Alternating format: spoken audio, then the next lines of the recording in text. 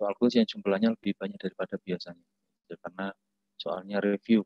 Jadi materi yang diujikan di kuis teman 14 adalah materi dari 6 pertemuan 8 sampai pertemuan ke 13. Untuk materi pada malam hari ini ya, di pertemuan ke-13 ya. Ya, saya akan menjelaskan terkait dengan manajemen resiko dalam manajemen properti. Sembari nanti saya akan tutup ya dengan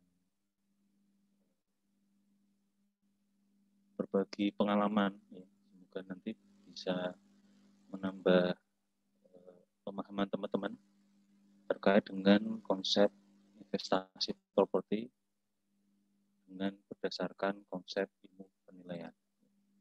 Ini mungkin tidak atau belum tersampaikan pada saat teman-teman mempelajari ilmu penilaian properti ya. Nah, mumpung ada satu kesempatan ya terakhir sebelum besok kita men-tracing semua materi yang diujikan, saya nanti izin ya 15-20 menit di belakang saya akan sharing pengalaman saya terkait dengan investasi properti, namun dengan konsep ilmu penilaian. Silakan nanti diperhatikan, semoga bisa bermanfaat ya bagi teman-teman. Ya. Selain materi pertemuan ke-13 ini. Baik, untuk pertemuan ke-13 terkait dengan manajemen risiko dalam manajemen properti, ini nanti ada 5 subbahasan. Yang pertama adalah pengenalan terkait manajemen risiko dalam manajemen properti. Kemudian yang kedua adalah teori manajemen risiko. Kemudian di dalam manajemen risiko dalam manajemen properti ini ada 3 hal yang perlu diperhatikan. Yang pertama adalah asuransi, yang kedua adalah keamanan, dan yang ketiga adalah rencana penanggulangan bencana. Jadi asuransi nanti kita berpikir ya, cara atau langkah preventif untuk persiapan. Nah, untuk keamanan ini merupakan tindakan yang harus dijaga dalam sepanjang umur dari properti, apalagi terkait dengan manajemen properti komersial ya. Kemudian yang terakhir, rencana penanggulangan bencana, nanti kita akan belajar bagaimana cara-cara penanggulangan bencana yang harapannya adalah untuk meminimalisir resiko yang terjadi. Nah, yang pertama adalah pengenalan terkait manajemen risiko dalam manajemen properti. Manajemen risiko adalah faktor atau tanggung jawab yang paling penting bagi seorang manajer properti, karena proses tersebut merupakan proses menganalisis ancaman bahaya atau kerugian dan memutuskan bagaimana meminimalkan dampak baik secara fisik maupun finansial. Jadi di dalam perjalanan hidup kita ya, teman-teman nanti dalam melakukan suatu aktivitas dan seterusnya, itu selalu ada resiko yang menyertai Anda. Ya. Contohnya kalau Anda memulai bisnis, nah Anda bisa melihat itu uang logam, kepingan uang logam, ada 2 mata sisi. Ya. Di satu sisi itu menunjukkan berapa potensi keuntungan dari bisnis yang kita lakukan. Mungkin teman-teman nanti selain jadi PNS ya, ingin punya usaha, entah usaha rumah makan, usaha kos-kosan, mungkin usaha jasa, ya, usaha laundry, dan seterusnya, silakan. Tapi teman-teman harus mencermati konsep dari resiko. Jadi di satu mata uang, satu mata uang logam, satu sisi menunjukkan keuntungan. Namun sebenarnya resikonya itu ada di baliknya. Jadi kalau keuntungannya adalah, katakanlah Anda bisa mendapatkan penghasilan bersih dalam 1 bulan katakanlah 5 juta. Nah, di balik itu sebenarnya ada risiko dengan jumlah yang sama. Nah, pertanyaannya, kenapa orang berbisnis bisa mendapatkan keuntungan? Nah, harus mempelajari, yaitu dengan cara mengidentifikasi resiko. Nah, sehingga apa? Dengan kita mengidentifikasi resiko, kita bisa mengurangi dampak dari terjadinya resiko. Kalau dampaknya sudah diminimalisir, maka apa? Di sisi lain kita bisa menggenjot keuntungan. Disitulah makanya dalam setiap manajemen, ya, tidak hanya di manajemen properti, di manajemen SDM, di manajemen keuangan, memang selalu ya dipelajari yang namanya manajemen resiko. Kemudian kedua, teori manajemen resiko, langkah-langkah dalam menilai resiko. Yang pertama adalah melakukan investigasi awal terhadap properti. Contohnya, cek kondisi bangunan, interior dan eksteriornya. Jadi yang dilakukan oleh manajer, yang pertama harus melakukan observasi ya, investigasi ya, ke lapangan, peninjauan ke lapangan. Cek interior dan eksterior. Nah, kemudian yang kedua adalah setelah investigasi, manajer harus melakukan yang namanya identifikasi resiko. Cek semua resiko yang mungkin timbul terkait dengan lahannya, terkait dengan bangunannya, dan terkait dengan penghuninya. Contohnya apa? Kalau terkait dengan lahannya, ya, oh ternyata lahannya berada ya dengan kemiringan tanah lebih dari 5%. Apalagi ternyata jalan di depan itu lebih tinggi daripada permukaan rumah.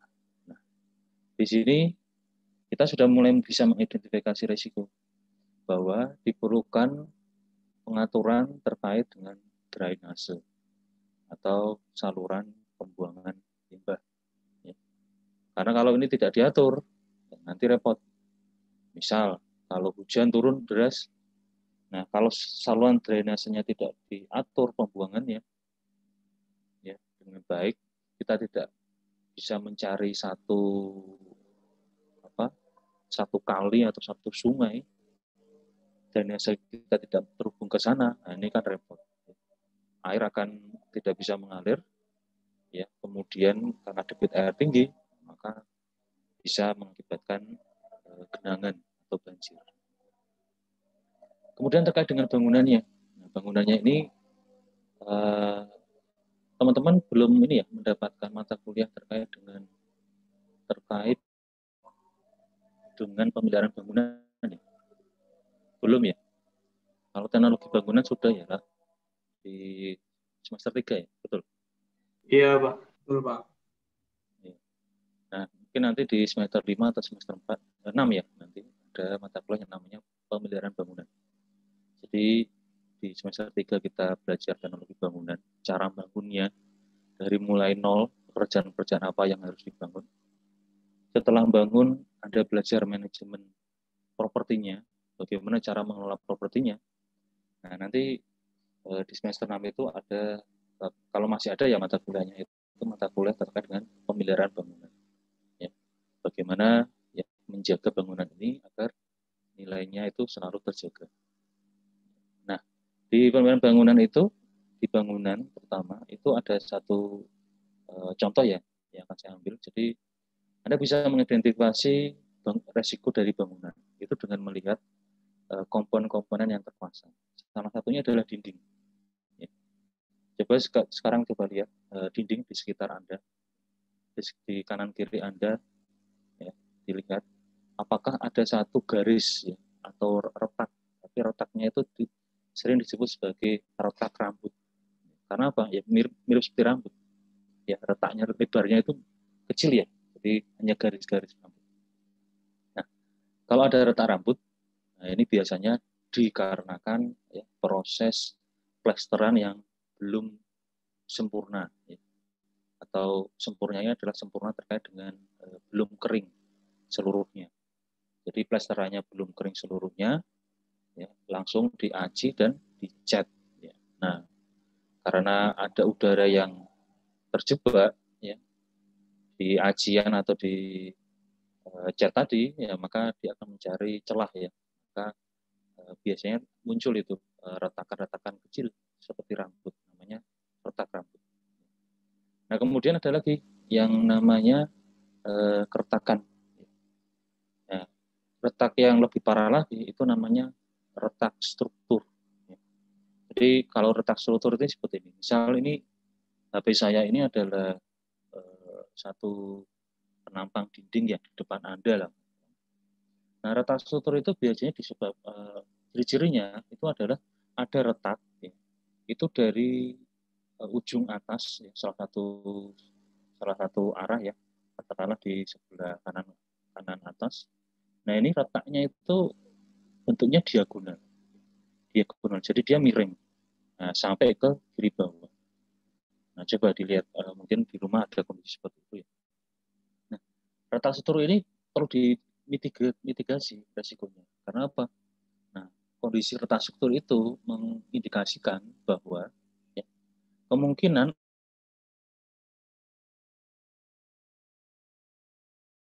salah di fondasinya. Ada berbagai macam sebab ya.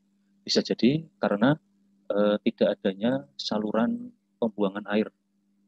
Jadi air hujan ya, terutama kalau debitnya tinggi, itu setelah turun dari langit jatuh ke atap, dari atap itu tidak dibuang langsung ke, tidak ada talang ya, tidak ada talang, dan itu tidak terbuang langsung ke dalam saluran. Nah, akhirnya apa? Jatuh ke tanah. Nah, jatuh di tanah itu akhirnya apa? Ya, kalau ternyata dinding luar kita itu tidak ada halamannya, ya, tidak ada basaran, langsung menghadap ke tanah, ya, maka ini ada potensi resiko, ya, yaitu ya, airnya nanti akan meresap, ya, masuk. Nah, biasanya kalau air kena bangunan itu yang repot. Apalagi kalau kena slope-nya. Slope itu kan balok ya, balok yang di bawah ya.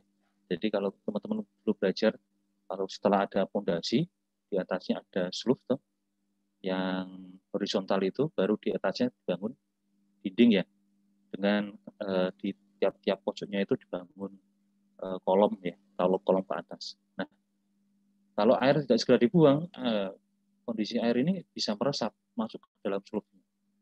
Nah, slope-nya akhirnya apa? Lembab ya, basah ya. Nah, kalau basah, inilah yang rawan karena slope kan menahan dinding ya. Kalau slope-nya lama-lama lunak, kena basah terus, nah bisa jadi retakan struktur tadi itu disebabkan karena ada masalah di slope-nya. Slope-nya ada yang patah ya, ada yang patah. Nah, kalau ini dibiarkan, nah, nanti akan merembet ke fondasi. Nah, kalau fondasi rusak, nah nanti akibat atau risiko terburuk apa? Nah, dinding itu akan rubuh lama-lama.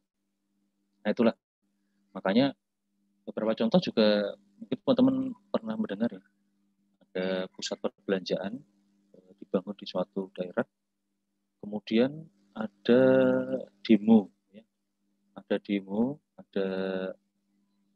Ada masalah sosial dengan masyarakat sekitar menolak pembangunan itu.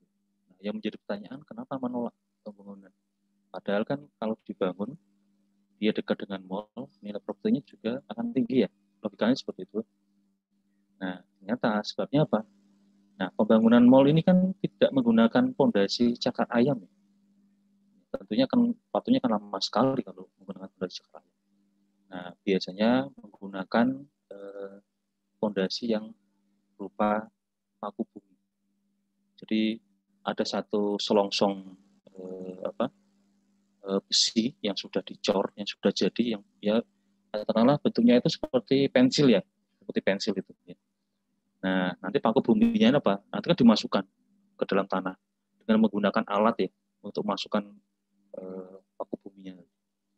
Nah, efeknya apa? Efeknya sebenarnya adalah pada saat proses memasukkan paku buminya itu. Kenapa? Getarannya. Ya. Getarannya itu sangat keras.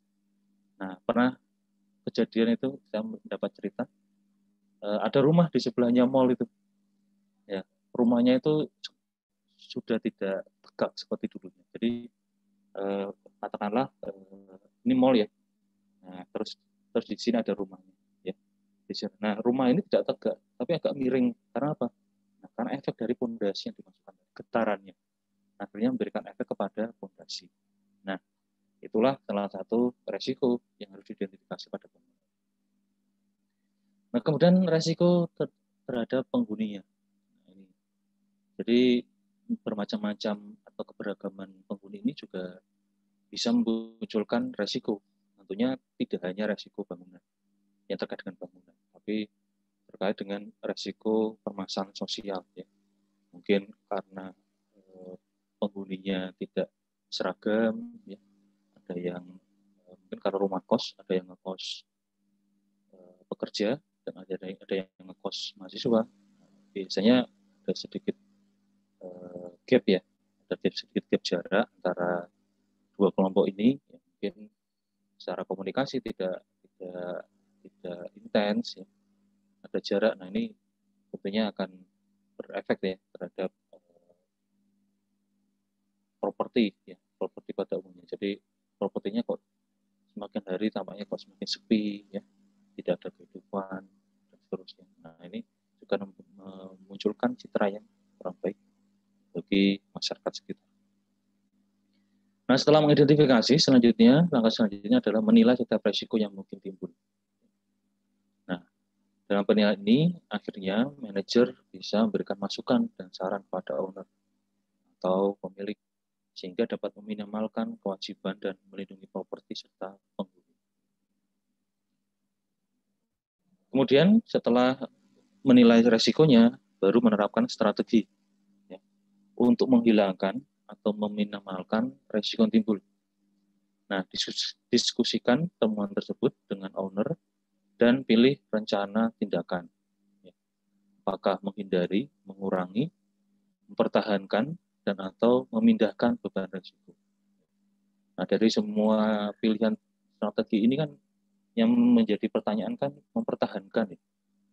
Ya, biasanya ada risiko pinginnya dikurangi. Nah, kalau mempertahankan ini, nah kita bisa berpikir ya konsepnya.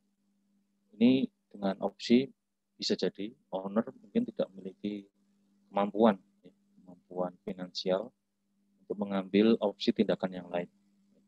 Nah, bisa juga ternyata manajer sudah menyampaikan bahwa resiko ini harus dikurangi. Namun ternyata dengan pengalamannya, owner atau pemilik ini mempunyai pemikiran yang berbeda. Oh, bahkan misalnya tadi terkait dengan resiko terkait dengan penghuni yang beragam. Ya.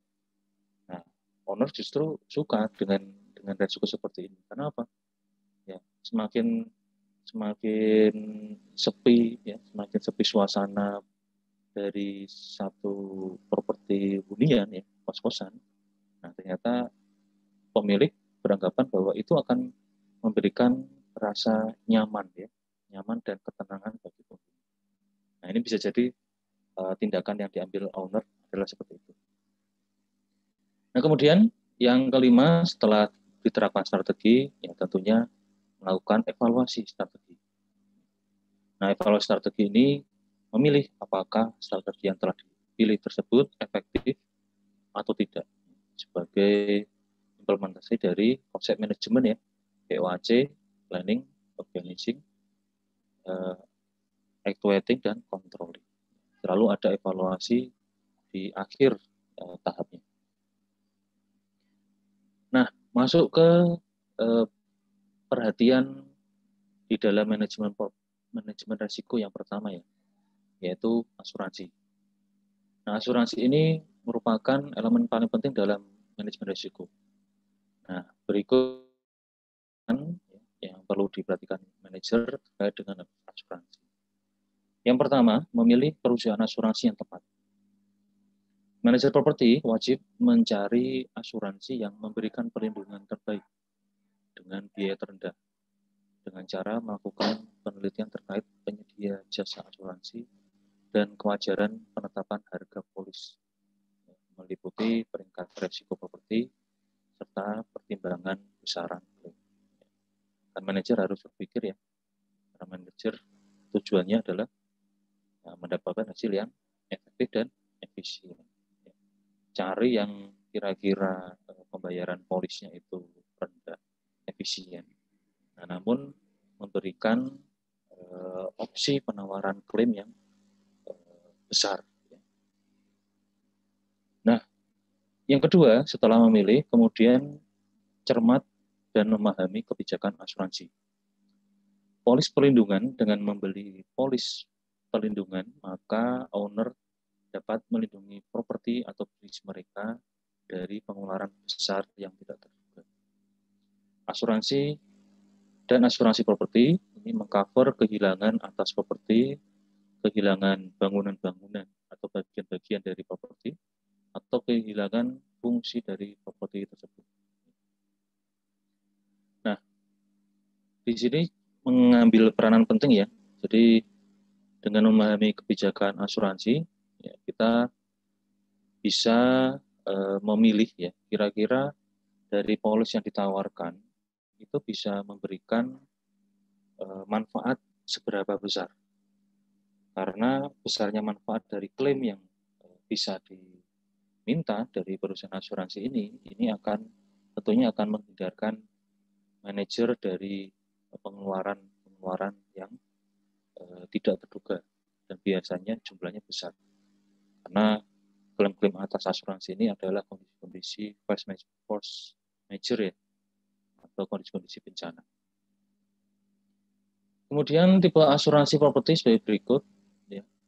Yang pertama asuransi atas inflasi, kemudian asuransi terkait saat pembangunan, asuransi atas hilangnya penyewa, asuransi terkait saat penghancuran, asuransi terhadap bangunan, asuransi terhadap gempa bumi atau terkait gempa bumi, asuransi terkait banjir, dan asuransi terkait dengan mechanical bangunan. Nah, jadi dari tipe-tipe asuransi ini kita bisa melihat ternyata tidak hanya terkait dengan properti, ya, tetapi juga terkait dengan pemilik, penyewa, bahkan menjaga seluruh atau menjaga aspek keselamatan dari seluruh penghuni, ya, baik itu pemilik, manajer maupun penyewa. Dan bila mana ada proyek apapun, di situ perlu juga manajer properti mempertimbangkan asuransi ya yang harus diberikan kepada para pegawai atau para tenaga kerja pada saat pembangunan. Nah, asuransi ini tidak hanya diterapkan di manajemen properti ya. Kita bisa menerapkan itu di aspek-aspek yang lain ya dalam kita bekerja, dalam kita hidup ya. Mungkin teman-teman ya, mungkin orang tuanya punya mobil, nah, biasanya ditawarkan itu pada saat pembelian mobil, ditawarkan asuransi mobil. Kemudian pada saat bertugas biasanya juga ada asuransi ya. Kalau teman-teman sempat itu melihat kalau pesan ya di situs jual beli tiket ya, tiket transportasi, kereta, pesawat. Beberapa situs itu ada ya menawarkan di bawahnya adalah tawaran asuransi walaupun jumlahnya tidak banyak ya, mungkin sekitar 10.000 sampai 20.000 ya. Nanti pembeli yang akan melakukan perjalanan itu bisa memilih untuk membeli atau memilih untuk tidak membeli asuransi tambahan tersebut. Terus pada saat Anda bekerja, ya, dulu saya setelah lulus dari D3, saya sempat magang di kantor PBB Jakarta Timur 2 ya. Kalau sekarang itu kantor pelayanan pajak Jakarta Pasar Rebo. Ya. Kalau teman-teman main ke Jakarta Timur ya, kan ada perempatan besar itu Pasar Rebo yang ada flyovernya. Nah itu di dekat rumah sakit apa ya, Harapan Bunda, saya lupa nama rumah sakitnya. Itu ada kantor pajak Pasar Rebo. Nah di sana saya juga diminta ya teman-teman untuk diminta pimpinan untuk belajar survei lapangan. Jadi saya kebetulan waktu itu saya diminta untuk memetakan objek PBB, pedesaan perkotaan yang ada di dalam kompleks ya, Pangkalan Udara Halim Perdana Kusuma. Nah, karena tingginya resiko yang dipikirkan oleh pimpinan, itu sampai saya itu dibikinkan asuransi. Dibikin asuransi yang modelnya instan ya. Jadi dengan kita membeli asuransi seharga pada waktu itu 15.000 ya, mungkin kalau sekarang ya sekitar 100 ribuan ya. Itu nanti akan mendapat klaim ya. Bila mana dalam pekerjaan saya di lapangan itu ada kondisi-kondisi ya, yang menimbulkan ya, saya mengalami kecelakaan. Jadi itu juga bisa dipertimbangkan. Jadi tidak hanya di manajemen properti.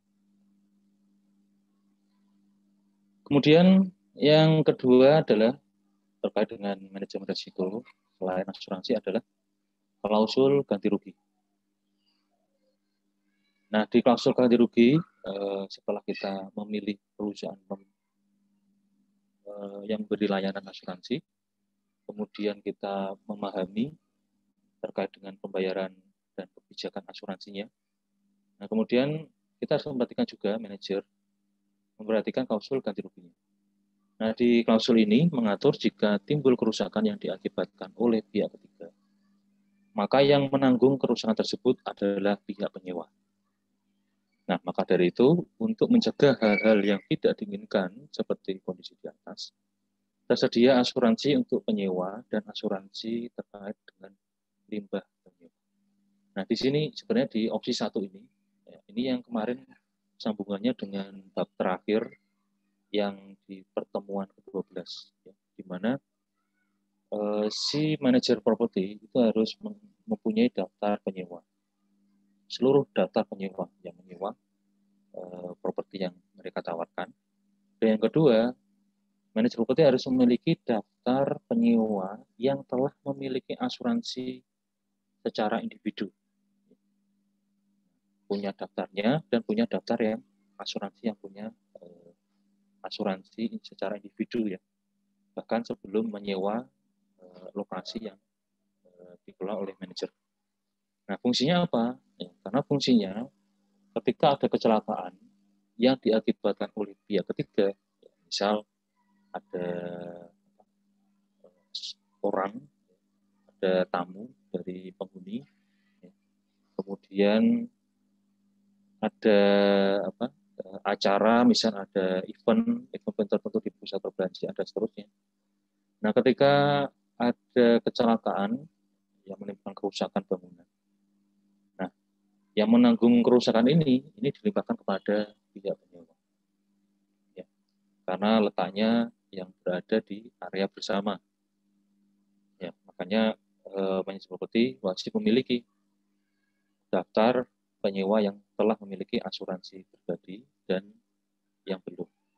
Jadi nanti manajer properti dapat mengambil klaim, ya, mengambil pilihan asuransi ya, untuk ditawarkan kepada penyewanya.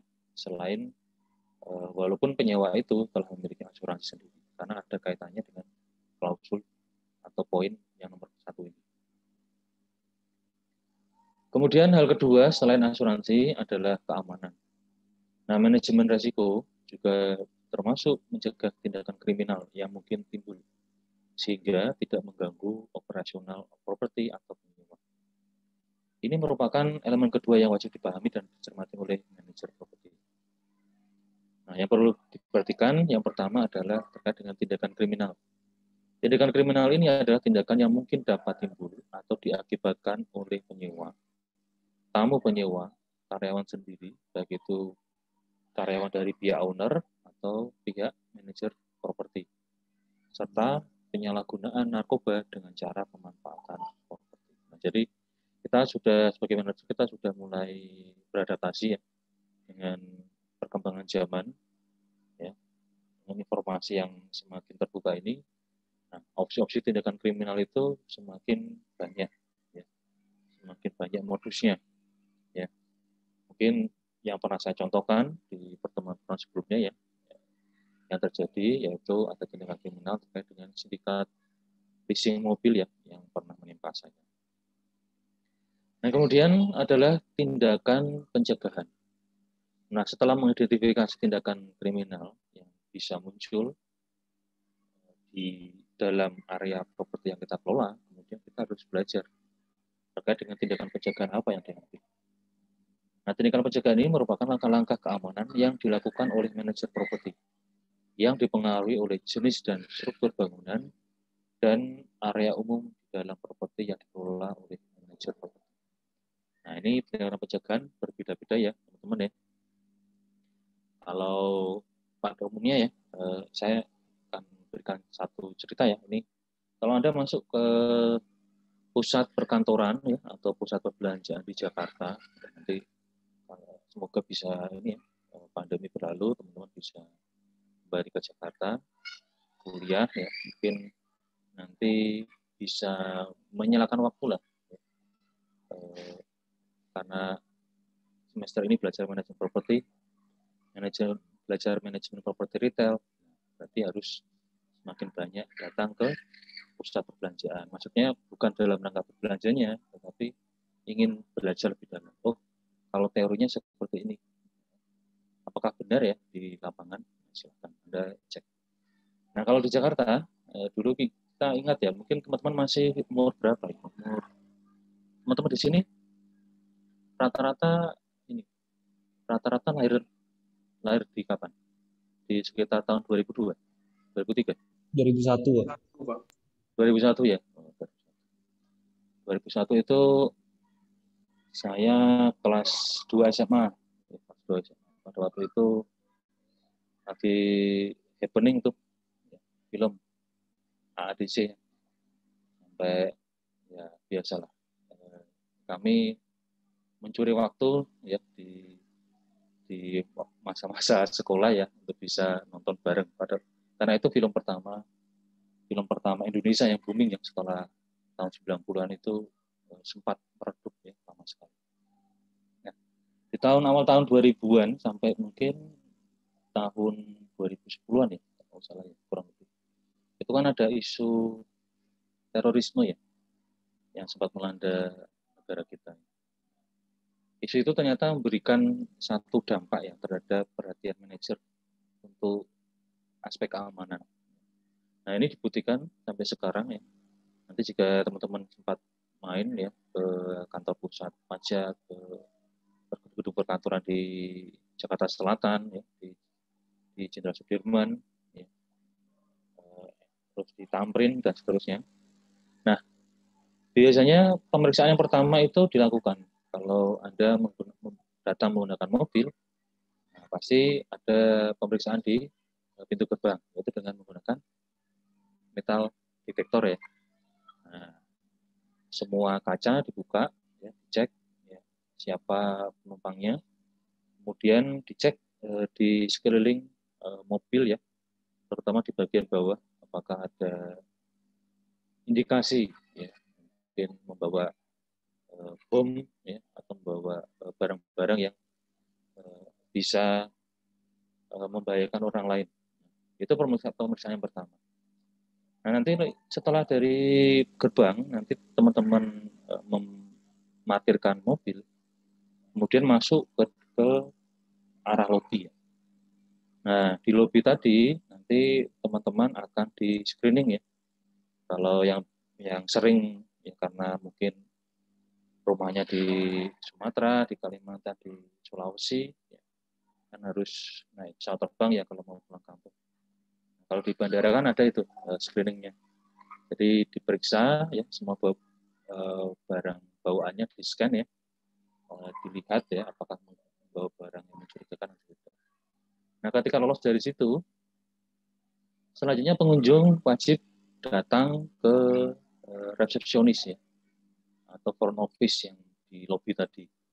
Nah, di situ nanti pengunjung ditanyakan mau ada urusan apa Pak? Mau ke lantai mana Pak? Dan seterusnya. Nah, ketika kita menjawab lantai 10 misal, lantai 10, nah maka resepsionis nanti akan mengaktifkan ya, akses card ya, atau kartu akses yang di beberapa gedung perkantoran mereka sudah menggunakan teknologi yang canggih ya. Jadi akses card itu terhubung dengan lift ya, sehingga misal kalau mau berkepentingan ke lantai 10, maka ketika naik lift nanti ketika kartu aksesnya kita tempel itu hanya bisa mengarah ke lantai 10, tidak bisa memencet ke selain lantai 10. Nah, kartu akses diberikan kepada pengunjung. Nah, pengunjung wajib menukarnya dengan kartu ID. Ada KTP, ada SIM ya. Nah, kartu ID tadi disimpan resepsionis ya, sampai nanti pengunjungnya sudah selesai ya berkunjung. Nah, dengan kartu akses, nah selanjutnya masuk ke area lift.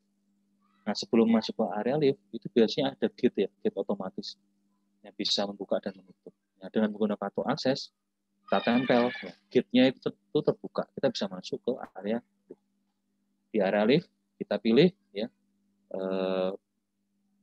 tombol untuk naik ke atas. Ketika lift terbuka, nah, beberapa teknologi sudah tidak bisa menggunakan tombol ya. Jadi dengan menempelkan kartu akses itu otomatis akan tertuju ke lantai ya, sesuai dengan data yang ditanam di kartu aksesnya. Nah, setelah kita berurusan selesai di lantai 10, kita turun ke lantai 1 lagi, mau keluar dari area lift, tempel lagi kartu akses. Ya. Nah, pengunjung keluar, barulah nanti di dalam sebelum keluar di lobi, sebelum keluar nanti menghampiri meja resepsionis lagi. Kita menukar kartu akses yang diberikan resepsionis tadi dengan ID yang kita sampaikan kepada resepsionis. ID sudah kita bawa lagi, nah barulah kita bisa keluar. Nah, itu merupakan beberapa tindakan pencegahan ya yang biasanya diterapkan di properti komersial, perkantoran, pusat perbelanjaan, dan seterusnya. Nah, dalam keamanan ini, ya ini kita bisa menggunakan berbagai sumber daya. Yang pertama adalah peralatan keamanan. Nah, ini ada CCTV, kemudian ada kartu akses yang tadi saya ceritakan. Nah, ini aksesnya itu ada satu ruangan terkhusus ya. Jadi aksesnya terpusat ya. Kemudian ada komunikasi interkoneksi dan alarm. Nah, selain peralatan keamanan ini, ya tentunya ada juga penegakan hukum setempat. Biasanya dari pihak TNI maupun Polri. Ya. Ini biasanya kalau ada event-event yang tertentu dan besar dan melibatkan tokoh-tokoh penting ya, atau beberapa tokoh-tokoh besar ya, misalnya ada pejabat, artis atau apa, biasanya ada manajer harus menggunakan jasa tambahan untuk keamanan, itu dengan bekerjasama dengan TNI. Kemudian di beberapa acara tertentu juga manajer bisa menggunakan petugas keamanan profesional. Ya, biasanya petugas keamanan profesional ini beranggotakan ya, X ya, atau pensiunan dari pegawai TNI atau Polri. Ya.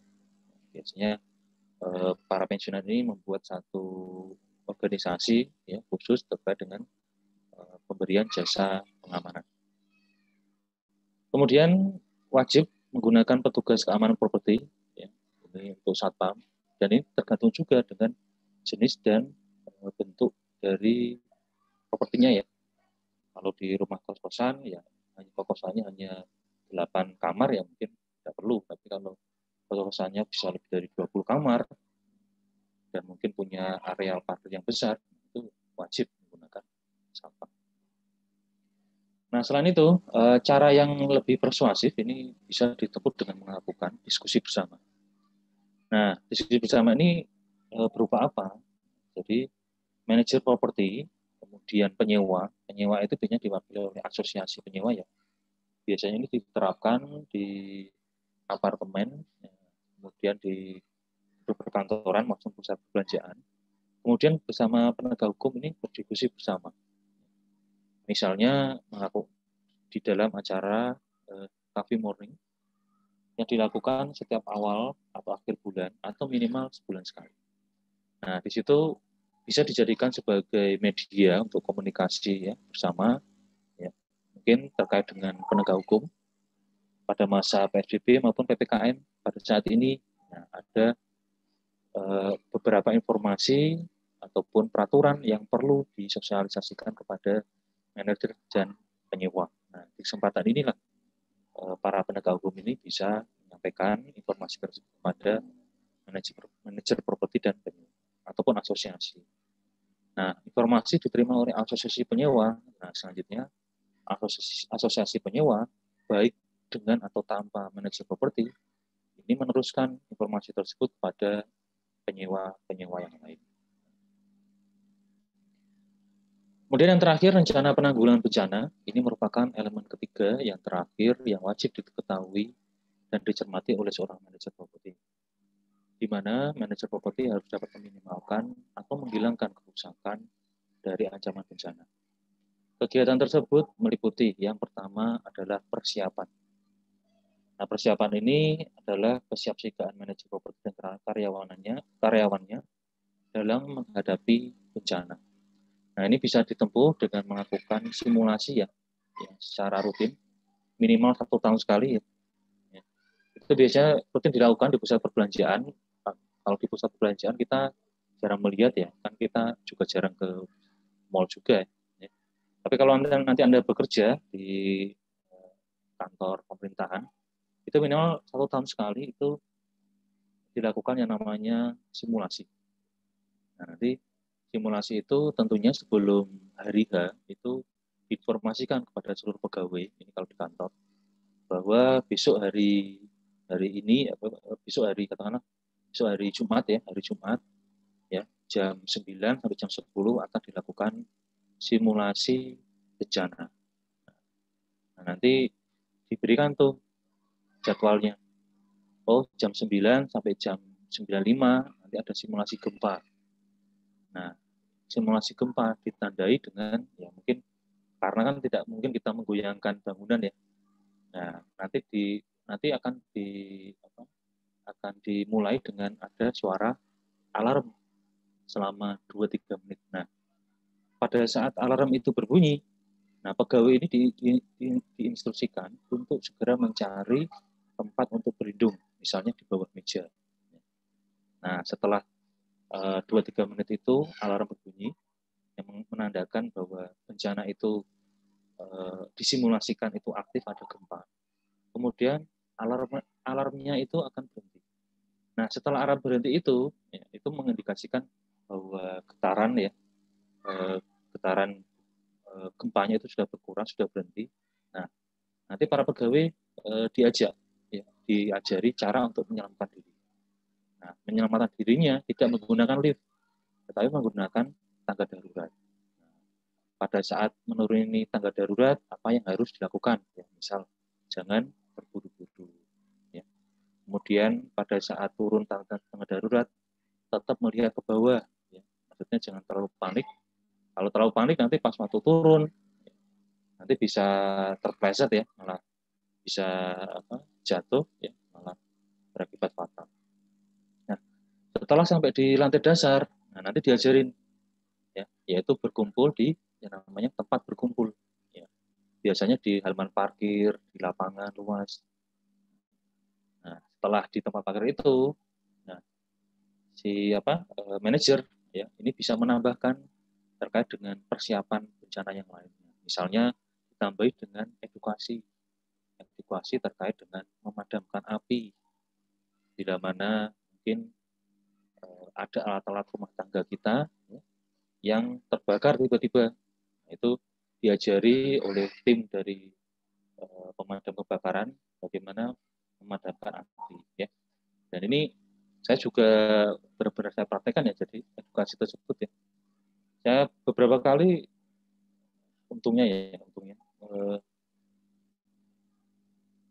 tahu ketika istri saya itu lupa matikan kompor ya.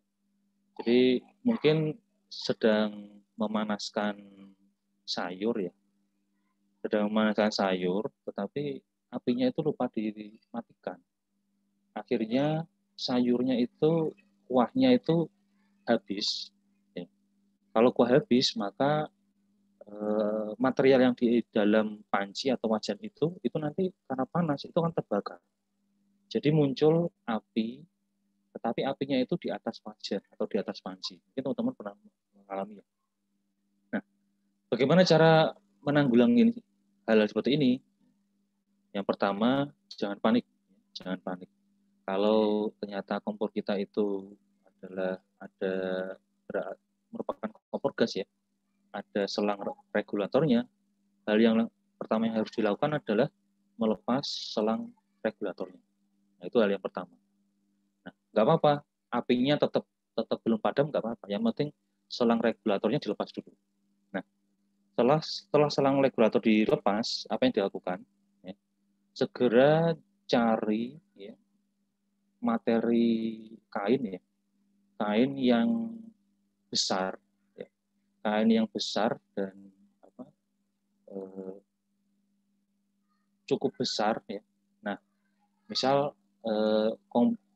dapurnya itu dekat dengan tempat untuk menjemur pakaian. Ternyata di dekat jemuran pakaian itu pas posisi ada handuk, kemudian ada pakaian ya, mungkin kalau ibu-ibu ada kerudung atau ada daster. Nah, yang dilakukan adalah mengambil pakaian tadi ya, dan kemudian memasukkan pakaian itu ke dalam air, ya, ke dalam air tanpa diperas, Nah, kemudian yang dilakukan adalah segera menutup seluruh bagian wajan dan kompornya secara secara pelan ya, maksudnya dari sebelah kiri ke sebelah kanan misalnya, sehingga satu kompor dan wajan tadi itu tertutup seluruhnya oleh kain yang basah tadi. Nah, itu yang perlu dilakukan ketika ada bencana atau ada musibah kebakaran. Jangan panik dulu, jangan panik karena ada api. Kemudian yang dilakukan apa? Mengambil air dan ya kemudian eh, mengarahkan air tadi ke wajannya. Apa yang terjadi? Apinya semakin besar. Nah, itu contoh ya bagaimana kesiapsiagaan atau persiapan dalam menghadapi bencana. Nah, kemudian ada bahaya api dan asap. Nah, ini pastikan semua bagian bangunan dilengkapi dengan alarm asap dan peralatan pemadam api ringan ya, atau alat pemadam api ringan APAR. APAR itu biasanya yang berbentuk yang warnanya merah ya teman-teman ya, yang ada di tabung, yang ada selangnya, dia ditaruh di pojok ya, di dekat lift ya, terus. Nah, kemudian yang ketiga adalah penanganan limbah bahan berbahaya dan beracun, B3. Nah, di sini manajer properti harus siap dengan kondisi jika ada penyewa yang bekerja dengan bahan-bahan khusus serta bahan yang berbahaya. Nah, ini pentingnya ya, pentingnya kegiatan kualifikasi penyewa itu harus dilakukan sebelum calon penyewa ini bernegosiasi untuk mencapai atau untuk mengarah ke penandatanganan kontrak sewa. Jadi kita harus identifikasi ya, bisnis apa yang dilakukan, adakah bahan-bahan yang berbahaya.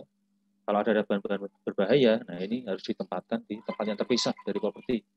Misalnya kita memiliki gudang di belakang sana, ya, yang terpisah, yang tidak menjadi satu gabungan, yang tidak bergabung dengan properti kita sewa, yang kita tawarkan untuk di sini. Yang keempat adalah penanggulangan dalam konteks fisik ya, tapi terkait dengan skill, yaitu komunikasi media. Mohon maaf ya teman-teman, ini di screen saya aplikasi kalau sinyal saya agak tertutup ya. Jadi mohon kalau suara saya terputus, saya di chat ya, di chat di chat Zoom atau di chat di WA ya, untuk bisa saya perbaiki. Baik, yang keempat adalah komunikasi media. Nah, di komunikasi media ini diperlukan kemampuan seorang manajer properti yang cakap dalam menyampaikan informasi dan data kepada awak media atau masyarakat, sehingga dapat memulihkan nilai properti atau meningkatkan nilai jual properti tersebut. Contohnya apa? Contohnya seperti ini, misal ada manajer properti ya, di suatu apartemen. Nah, karena sekarang ya, yang namanya tindakan kriminal itu modusnya bermacam-macam. Katakanlah di apartemen yang dikelola manajer ini ada satu kejadian, yaitu kejadian ya mungkin beberapa saat yang lalu pernah kita dengar ya, pembunuhan dengan dimutilasi misalnya.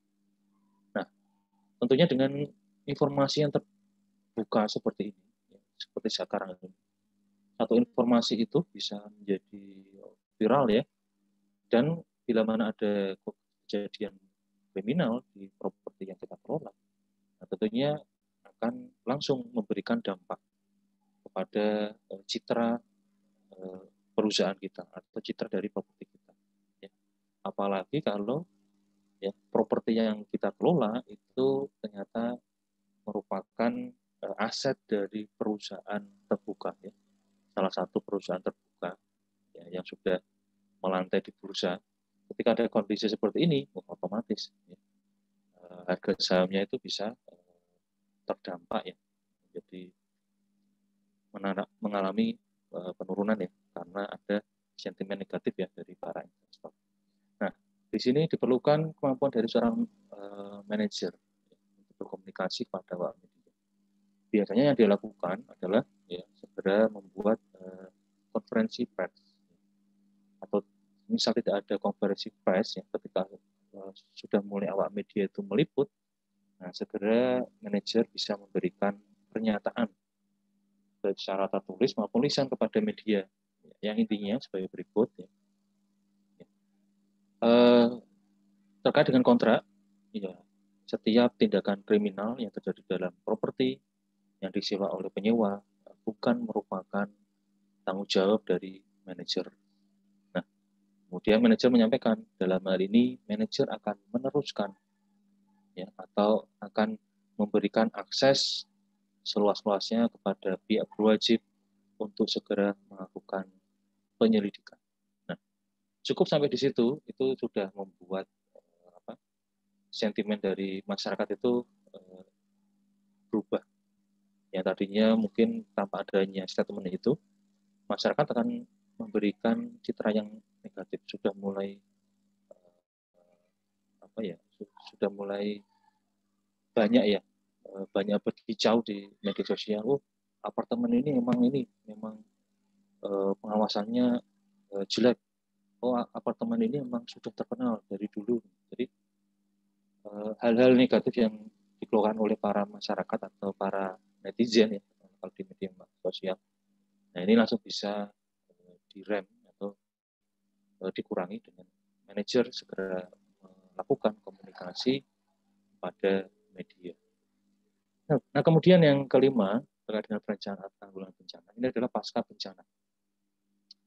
Manajer properti harus cekatan dan cepat memulihkan kondisi properti pasca bencana, misalnya dengan menyewa kontraktor profesional untuk membantu merenovasi atau membangun ulang properti tersebut. Nah, jadi ketika ada bencana atau musibah kebakaran, gempa bumi, nah, manajer properti harus cepat, ya, bertindak cepat dengan segera mengajukan klaim. Sambil mengajukan klaim, ya berarti manajer harus segera melakukan perbaikan. Karena apa? Ketika satu kondisi properti yang baru saja kena bencana atau musibah, misal gempa bumi, kebakaran, ketika tidak segera diperbaiki, nah justru apa? Ya, kondisi bangunan yang masih rapuh ini akan membahayakan bagi penghuni ya, maupun penyewa. Nah, ini yang perlu diperhatikan. Kemudian persiapan dalam kesiapsiagaan manajer properti dan karyawannya dalam menghadapi bencana sebagai berikut. Nah, bisa melakukan inspeksi rutin bangunan terkait dengan akses jalan, proteksi kebakaran, sistem pencahayaan, ventilasi udara, perapian, dicek semuanya, apakah semuanya bisa berfungsi dengan baik. Biasanya ada semacam kartu inspeksi ya. Saya pernah membaca itu pada saat waktu dulu bulan Oktober 2020 ya.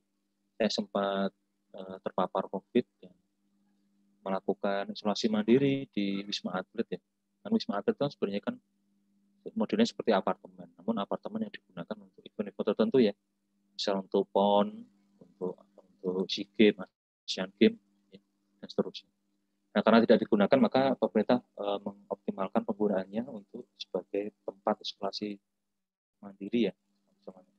Nah, di sana saya ya karena tahun lalu juga mengajar manajemen properti ya, saya di isolasi kebetulan karena waktu itu saya OTG ya, karena gejalanya sudah saya alami saat saya di kos ya, jadi batuk, kemudian tenggorokan sakit, sesak nafas itu saya alami di kos. Nah, setelah saya membaik, itu baru ada tes rutin dari kantor. Dan saya termasuk yang terpapar, namun tidak ada gejala karena gejalanya sudah sembuh. Nah, di Wisma Atlet saya melihat ya beberapa instalasi ya, termasuk apalagi terkait dengan instalasi pipa gas ya, itu ada semacam kartu kontrol. Ya. Berarti kartu kontrol itu memang menunjukkan bahwa inspeksi rutin itu memang dilakukan oleh manajer dan timnya. Kemudian adanya ruang kontrol utama yang mengatur semuanya baik dalam kondisi normal atau bencana. Nah, ini biasanya ada satu ruang tertentu ya yang dia lebih safety ya. Kemudian biasanya di sini dilengkapi dengan semua akses keamanan. Misalnya kalau Anda nonton itu di film-film Hollywood, itu kan pasti kalau ada ruang kontrol CCTV ya salah satunya. Nah, kemudian menyiapkan personel yang terlatih dan cakap dalam menghadapi situasi bencana, ya, baik itu juru bicara tadi terkait dengan komunikasi media. Kemudian petugas layanan darurat, koordinator petugas layanan darurat. Dan yang terakhir, pelatihan dan informasi yang rutin kepada ini perlu ya disampaikan dengan melakukan kegiatan simulasi minimal 1 tahun. Dan diharapkan seluruh penyewa maupun karyawannya itu mengikuti acara simulasi. Nah, bahaya api dan asap, ya ini selain alarm asap dan APAR, manajemen properti juga wajib melengkapi bangunannya dengan ya, peta jalur keselamatan yang bisa dibaca dan dimengerti oleh penyewa. Nah, ini mutlak ya, kalau manajemen properti dilakukan dengan benar, ini biasanya akan dipasang. Anda bisa melihat ini di mall, ya, kemudian di hotel juga ada. Nanti kalau teman-teman sudah kerja, sudah dinas ya, biasanya peta jalur keselamatan ini letaknya ya, itu di dekat lift ya.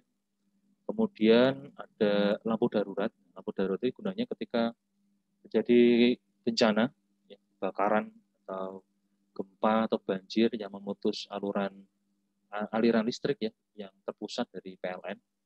Nah, ini harus ada lampu darurat yang bisa dinyalakan seketika itu dengan bersumber dari genset ya. Genset yang dipasang biasanya di basement bangunan properti tersebut. Kemudian jendela dan pintu darurat ini juga harus dicek, ya, bisa digunakan. Nah, kalau pintu darurat itu ini ya teman-teman ya, jangan kaget nanti kalau Anda naik ke tangga darurat.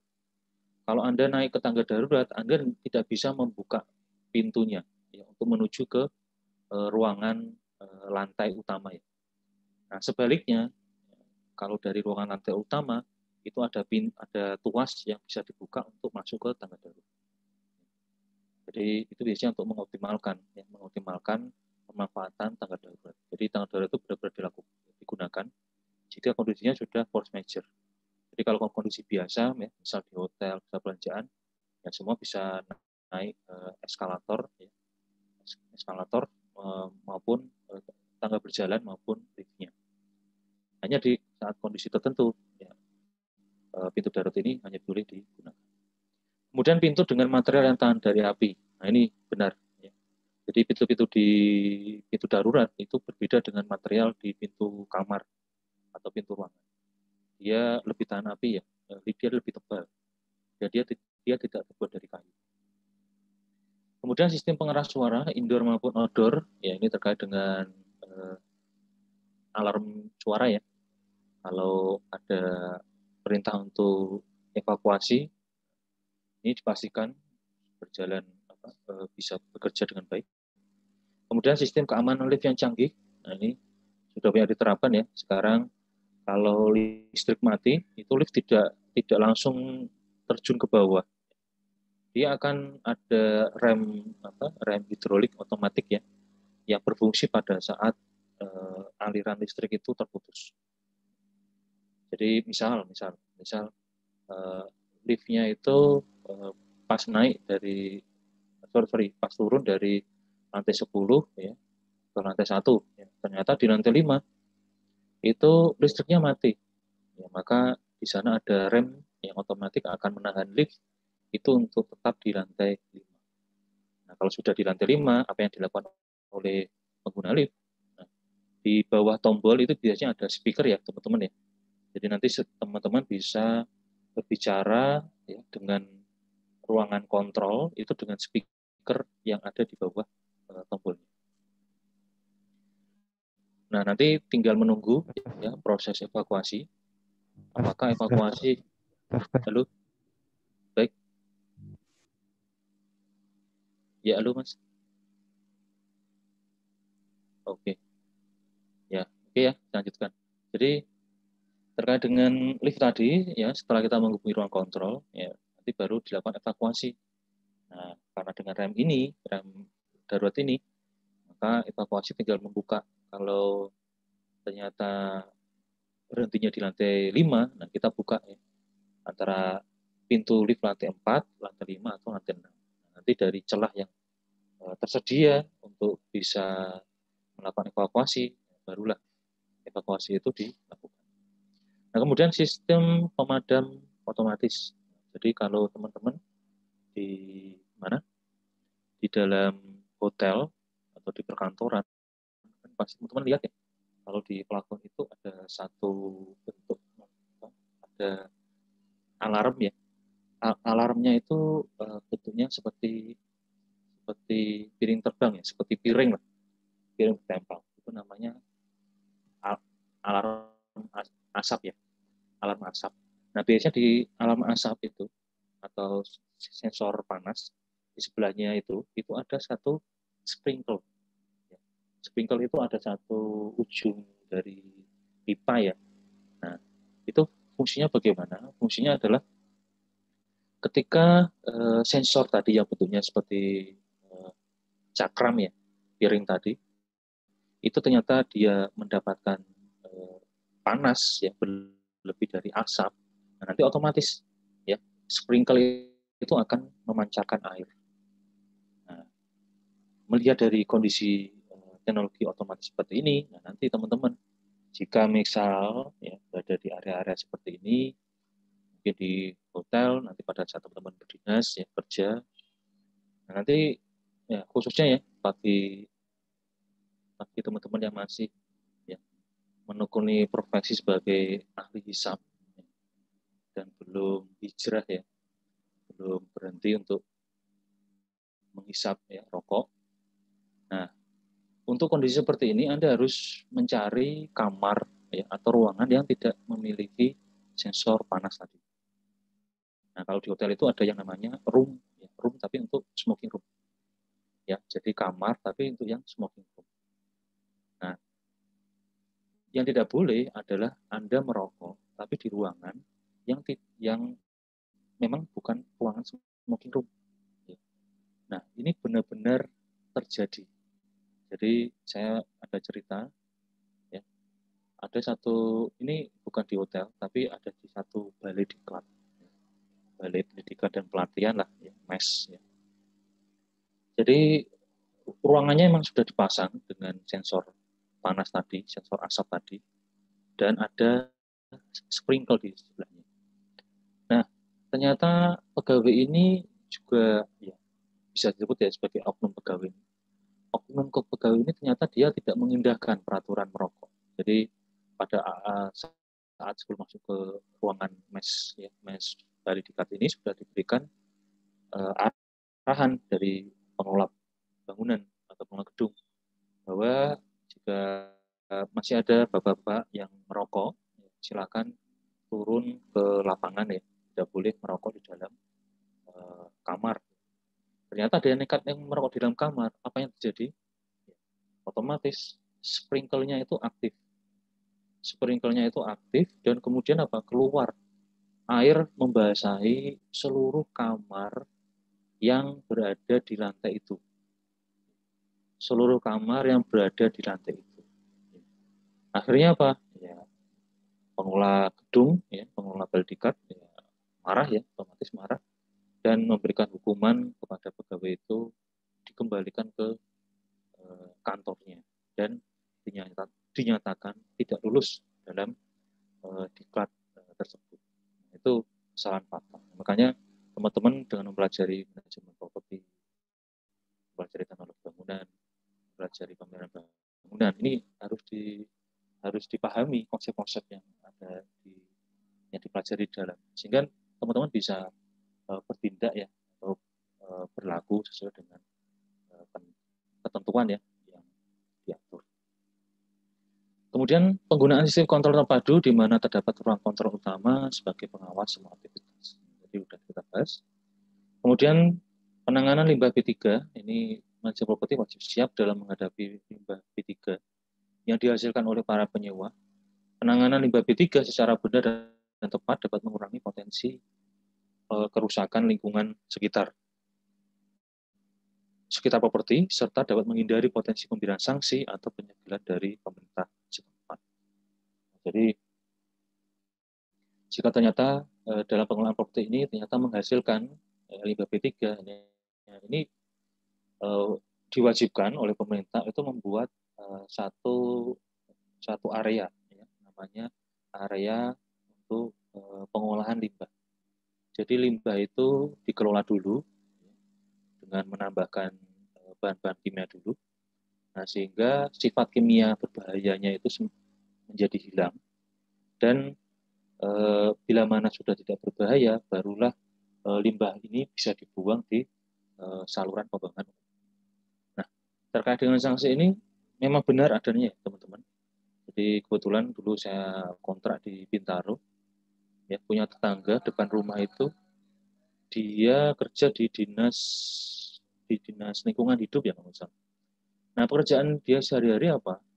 Jadi dalam setiap hari dia itu punya tugas adalah mendatangi setiap pabrik dan mengambil sampel dari limbah yang mereka buang ke saluran pembuangan umum. Dia ambil sampelnya, dia bawa ke lab, kemudian dia cek ya apakah limbah yang dibuang ini masih mengandung B3 atau tidak. Nah, kalau masih mengandung B3, Pemda biasanya memberikan surat ya, teguran tertulis ya. Nah, bila mana itu tetap tidak diindahkan, ini bisa sampai dengan pencabutan izin dari perusahaan tersebut. Nah, menurut Undang-Undang Nomor 18 tahun 2008, ini sampai dibuatkan undang-undang ya, teman-teman, terkait dengan pengelolaan sampah. Ya, sampah B3 ini merupakan sampah spesifik yang meliputi sampah yang mengandung bahan berbahaya dan beracun, kemudian sampah yang mengandung limbah B3, sampah yang timbul akibat bencana, kemudian bongkaran puing bangunan, sampah yang secara teknologi belum dapat diolah, nah, dan yang terakhir adalah sampah yang timbul secara periodik. Nah, ini perlu diatur pengelolaan sampahnya ya, dengan ketentuan undang-undang. Nah, aktivitas sehari-hari yang kita lakukan khususnya di lingkungan rumah, apartemen, hotel, mal, gedung perkantoran menghasilkan sisa buangan yang disebut sebagai limbah. Limbah rumah tangga ini tidak hanya terbatas pada sampah bekas makanan saja, tetapi juga limbah yang dikategorikan sebagai B3, yang tentunya memerlukan penanganan khusus.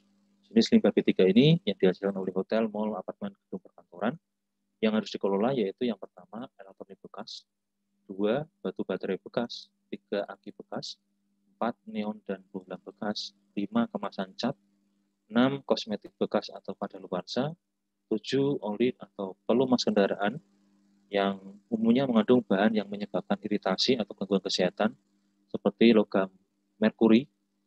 Kemudian botol atau kemasan bekas yang mengandung B3, ya, seperti botol obat anti nyamuk, ya. Kemudian botol sabun, pembersih kaca, pembersih mebel, dan seterusnya. Nah, untuk penanganan limbah B3 ini ada beberapa metode. Yang pertama, metode kimia. Nah, metode kimia itu adalah dengan pertukaran ion, oksidasi, dan reduksi, ya, pengendapan kimia dan netralisasi. Nah, metode ini digunakan untuk mengubah limbah berbahaya menjadi gas yang tidak beracun dengan memodifikasi sifat kimianya. Kemudian yang kedua, ada metode termal. Termal ya ini pemanasan, ini menggunakan suhu tinggi untuk pembakaran bahan. Jadi metode termal ini tidak hanya mendetoksifikasi beberapa bahan organik, tetapi juga menghancurkan sepenuhnya. Jadi beberapa limbah-limbah, ya, atau alat-alat medis di rumah sakit ini menggunakan metode termal.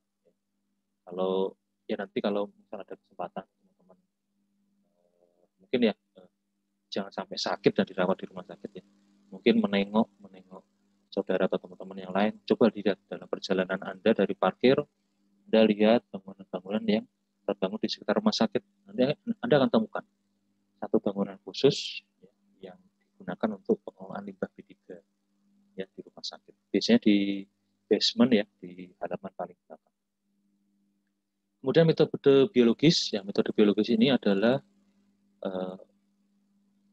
dengan cara membudidayakan tanah. Jadi menyiapkan media tanah tertentu yang kemudian diberikan mikroba. Nah, mikroba ini digunakan untuk menstabilkan limbah berbahaya. Nah, proses ini disebut sebagai bioremediasi.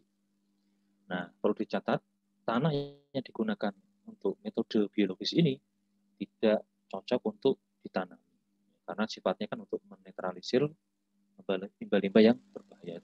Tentunya pasti masih ada unsur limbah berbahaya yang ada di dalam tanah. Nah, itu tidak boleh ditanam. Kemudian yang keempat, metode fisik. Metode fisik adalah memanipulasi bentuk. Kemudian perawatan fisik terdiri dari mengubah konsentrasi, memadatkan, dan mengurangi volume limbah. Nah, proses yang sering digunakan adalah evaporasi, flotasi, sedimentasi, dan filtrasi. Ya, contohnya apa? Ya, sampahnya dibakar. Ya, yang tadinya bentuknya besar, ya, berbahaya, setelah dibakar, ya, bentuknya jadi kecil, hilang, ya, terbakar seluruh. Nah, ini link video pembelajaran untuk pertemuan ke-13 ya.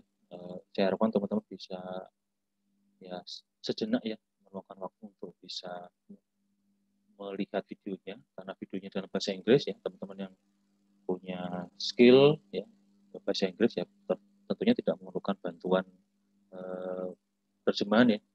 Tapi kalau teman-teman ingin belajar bahasa Inggris ya silakan mengaktifkan subtitle ya. Karena sekarang YouTube sudah